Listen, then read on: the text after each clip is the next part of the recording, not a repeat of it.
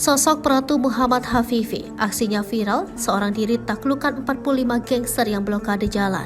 Sosok Pratu Muhammad Hafifi belakangan viral karena telah membubarkan puluhan gangster seorang diri. Dalam aksi heroiknya, Pratu Muhammad Hafifi bahkan berhasil meringkus 3 gangster dan menyerahkan mereka ke polisi. Ternyata, Pratu Muhammad Hafifi merupakan anggota Denma Divisi 1 Kostrad. Pratu Muhammad Hafifi yang seorang diri membubarkan gangster desa Kutruk beranggotakan puluhan orang. Bahkan sebagian dari gangster desa Krutuk tersebut membawa senjata tajam.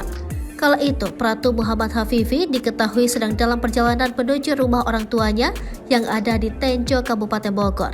Saat melintas di jalanan wilayah desa Kutruk, Kecamatan Jambe, Kabupaten Tangerang, Pratu Muhammad Hafifi bertemu seorang pejalan kaki yang ketakutan. Pratu Muhammad Hafifi pun bertanya mengapa pria tersebut ketakutan. Pria tersebut mengadu bahwa ada gangster beranggotakan sekitar 45 orang. Lokasi yang ditunjuk pria tersebut sudah pasti akan dilewati Pratu Muhammad Hafifi yang mengarah ke Tenjo. Namun Pratu Muhammad Hafifi tak gentar dan terus maju. Sampai di lokasi yang dimaksud, Pratu Muhammad Hafifi membubarkan gangster beranggotakan puluhan orang tersebut. Bahkan, Pratu Muhammad Hafifi menangkap 3 dedengkot gangster desa Kutruk tersebut.